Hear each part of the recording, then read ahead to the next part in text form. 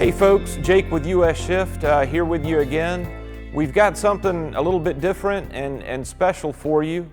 Recently we were going through data logs in order to get shift times for a subsequent video that we'll be discussing soon. And Karl took it upon himself to do a pretty extensive tutorial on exactly what the data is, what can be gathered through that recording process.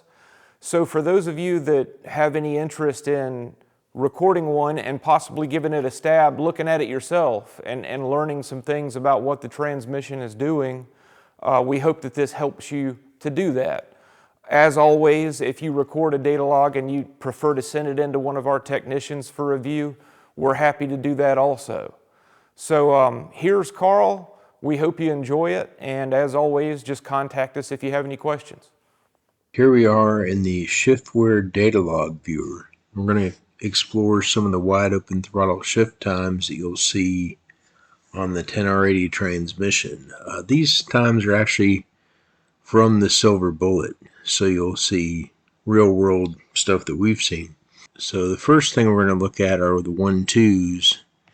And we can filter. The viewer is very powerful. We can filter what we can see. So right now I'm in the data filter options. I've only got the 1-2 upshift selected, and I've got a minimum TPS of 80 and apply to shift reports on, so it'll affect how the shift report displays. So when I click OK, I'll only see wide open throttle 1-2 shifts because it's 80% or higher TPS. And let's scale that so it's not taking up the whole screen. Okay, we scaled the shift report to minimize its size and keep it from interfering with seeing all the other things going on in the data log. We're looking at shift number 817, which is the 817th shift in this data log. They're just numbered in the order in which they occur. Click on that to get to the shift. And you'll notice 100% throttle position, response time, which is the fill time, and the setup time for the clutch is listed as 0.18 seconds. Shift time is listed as 0.16. Those numbers are filtered, so it's not exactly accurate. We're looking at 0.11 seconds, so a little bit more than a tenth of a second for the shift time. You'll notice torque converter clutch is engaged coming into the shift and goes down to holding pressure during the shift to encourage it to slip if it wants to during the shift. And we leave the shift with torque converter clutch disengaged. Peak shift RPM is 4785, which is a little lower than we wanted really, but it's close. And it's moving in lockstep with input shaft RPM because the converter clutch is locked coming in. They're unlocked at the end. Shift recovery RPM is like 4,400 after we get through the transition point. That's not a perfect shift, but it's a little bit harder to coordinate 1-2 than the others. What you'll notice is this is the fill time. So this is the slip RPM. This is how much we're off of the target of 0 slip. And of course, this is the initiation point of the shift where second gear is selected by the controller. The slip target changes there, and we have 1600 RPM off from our target RPM of 0 based on the new gear ratio. And this is the fill phase. This is the torque phase where the torque is being transferred from off-going to oncoming clutch with no significant RPM change. And then this is the inertial phase where the RPM is dropping and reaching the target of 0. And all that crankshaft RPM is being dumped into the drive line. So this shift is extraordinarily quick for a 1-2 because it's the biggest ratio gap in the transmission. Normally takes about 1/4 of a second to complete, and that's true at wide open throttle and part throttle as well. But what you'll notice is the output shaft speed, has risen from about 1,000 RPM to roughly 1,400 RPM during the shift because the rear wheels are spinning for about a half second. And this is the point where it settles out and starts climbing again. So you could lower the shift firmness for the 1-2 shift if you don't want that to happen, but this actually does happen even in a lot of factory 10R80 vehicles, some that I've driven. So that's why the shift time is so quick, because the tires are finishing the shift for us. So that's kind of unusual, but this is very typical. Engine RPM quickly bounces back up to 4385. And then as the tires stop spinning, we're down to about 3880. So it's a little more than 1,000 RPM drop during the shift. And then things start coming back up. When we get back into that engine torque peak somewhere around there, which, this relatively stock mild engine is probably about 44,000 to 4,100 RPM, the torque converter clutch comes back on and basically gets rid of the slip. So we use the slip to aid shift recovery, the converter slip, and get a little bit of torque multiplication after the shift. But around the torque peak, the converter's really not doing anything for torque multiplication. It's actually just wasting torque as heat. So we want to turn that off as long as the converter clutch is capable of supporting the engine in the vehicle. If you've got 900 foot-pounds of torque and a bone stock converter, probably not going to work too well. But if you've got, an engine that makes 400 foot-pounds of torque, then this is a viable strategy. And essentially even tightens up the shift points and the RPM band the engine operates in more, and provides efficiency in the second part of each pull in each gear. So now we'll go to the other shifts and look at them all together. We'll turn them on, except 1, 2, because we've already seen that.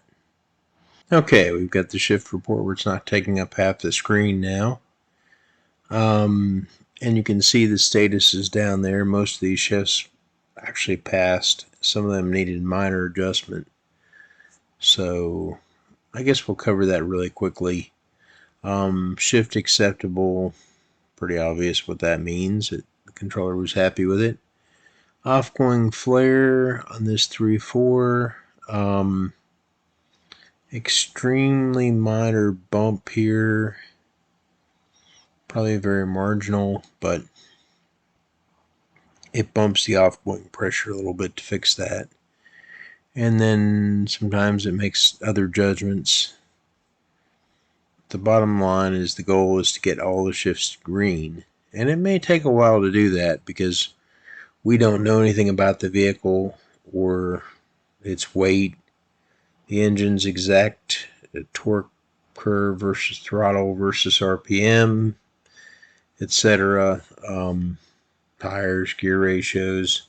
Well, we do know the axle ratio, but there's many things that car makers know that we don't know. So it will take a little while for all those things to dial in, but they will dial in after a while. So anyway, most of those are looking pretty good at this point in the drive. So we see this is a, let's see here. Okay, here we go.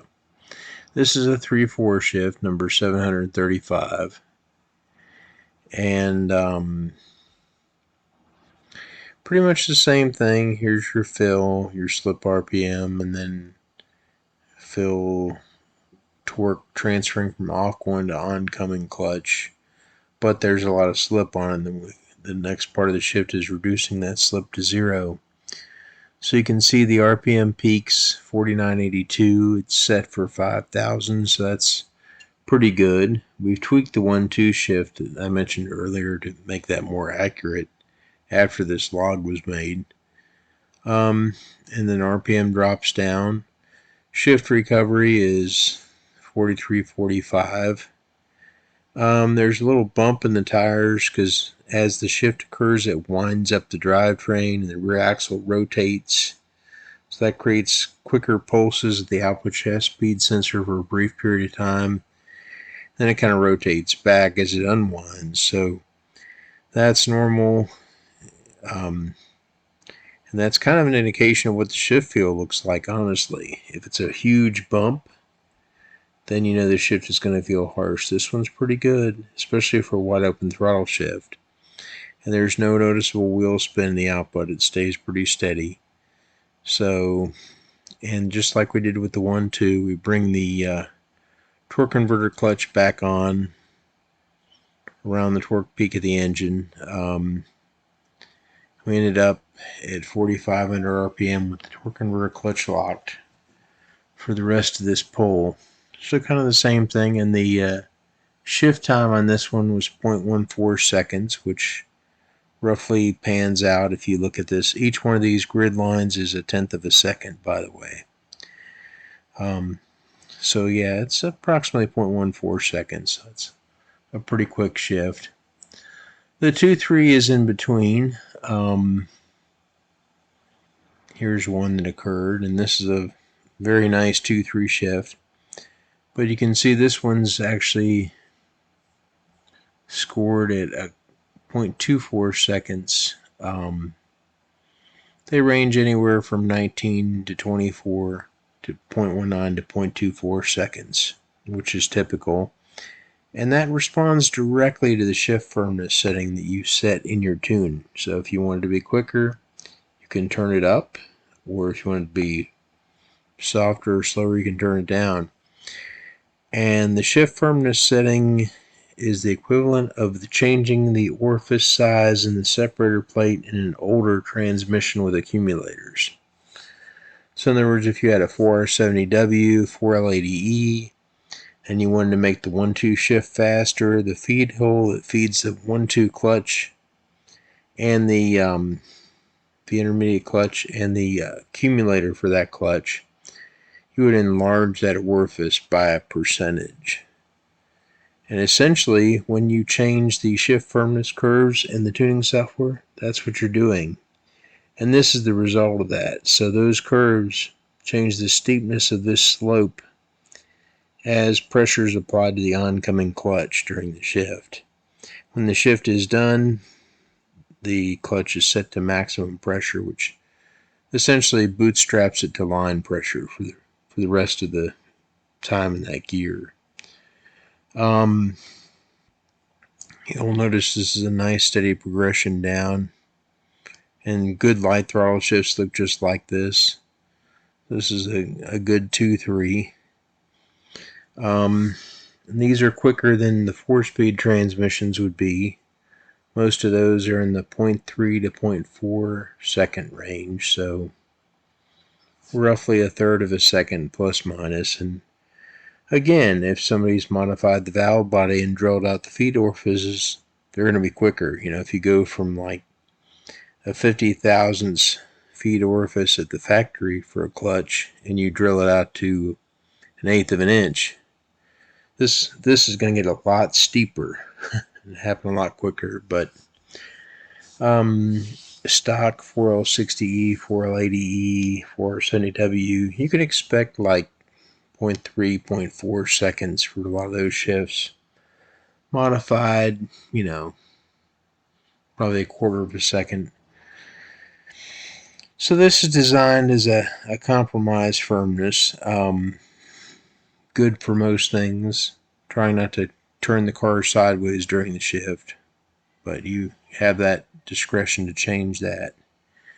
But as you go up through the gears, you will notice that like the 3-4,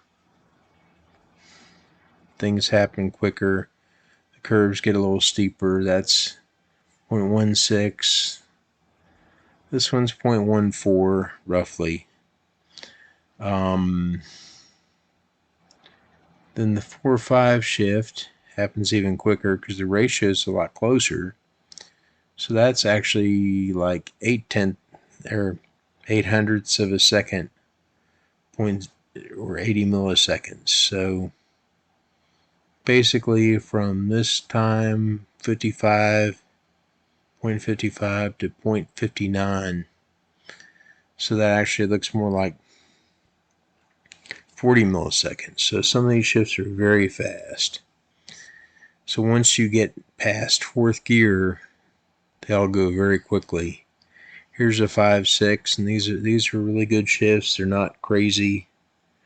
This one is 20 to 0.24. So yeah, so this is about 40 milliseconds. The 6-7 is a little bit bigger jump. That's going to direct. That is actually 0.16 seconds, according to the report, which is 0.12 to 0.26. So I would call it 0.14. The filtering in the controller and the data log monitoring is pretty conservative, so it might look a little bit longer in the report over here in this column. But yeah, so that's a little bit more than 1/10 of a second, but you know, 4, 5, 5, 6, 3, 4, they're all 1/10 of a second or less. This is a little bit more than 1/10 of a second. So yeah, 1, 2, and 2, 3 are the biggest jump, but so you're not really paying a big penalty for having more ratios, because all those extra ratios, the shifts happen very quickly. What you'll find too, 1, 2, 2, 3, 1, 2 happens very quick. And there's so much torque multiplication in first and second gear that shift recovery is really not a problem. The engine bounces right back and gets back into action quickly. It doesn't take long for the crankshaft to spin back up at those gear ratios and those loads. So things tend to happen pretty quickly. Yeah, so those are the main things. And then, the response time is essentially fill time, setup time, torque phase of the shift when it's moving the torque from the off going to the oncoming clutch, and the shift time is the actual RPM drop time. These are all very fast shifts, and if you were going to start in second gear, you're eliminating the slowest shift of all, which is the 1-2. Turned on the 1-2 shift in the shift report again and scaled it. You can see starting at shift number 817, around 22:51 seconds, we did a full throttle run all the way through 7th gear. 1, 2, 2, 3, 3, 4, etc. That starts right here. And then we will go into the data log viewer and scale that out so you can see it all. You can use the arrow keys to scale and to pan around on the data log. So yeah, this trace here, this dark blue, is throttle position. So you can see the hammer being dropped here. Basically closed throttle all the way up to watt, 100%. So then if we keep ticking out, we can see the whole thing. So we started here by open throttle. This is the first gear pull. You can see the RPM rise. The engine's very steep.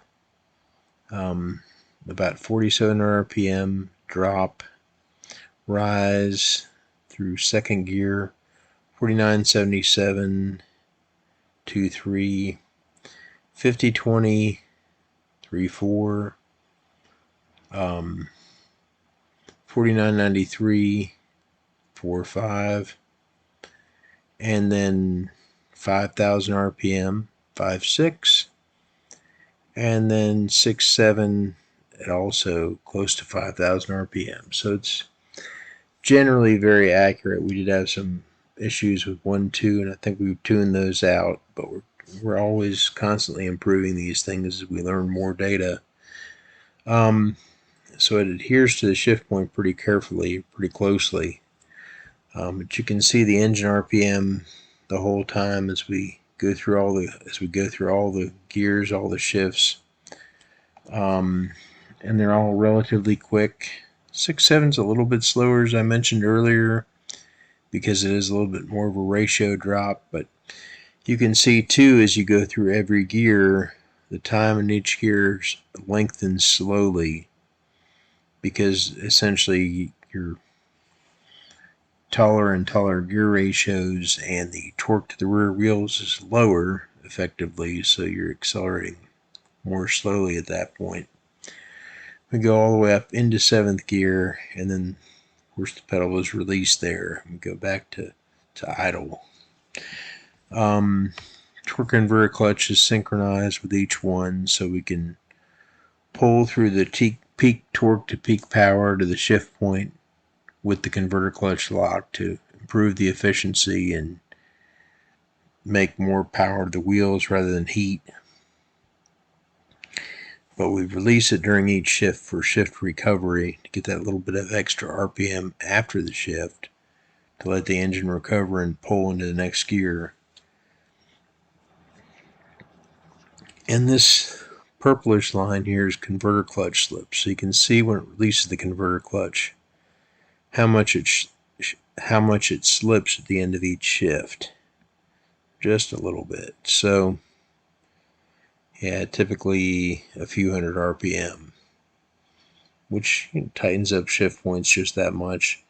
Not only does it let you stay in the previous gear longer, but it brings you into the next gear at a higher RPM, and at that point there probably is a little bit of torque multiplication going on, so it loses its benefit, usually somewhere around 4,000 RPM or so, or around the engine's torque peak, so we switch it back on at that point. So that seems to work really well for keeping the engine RPM range tight. And if you look, this is the 5,000 RPM line here. It doesn't drop much below that each time, so it stays very close in the range.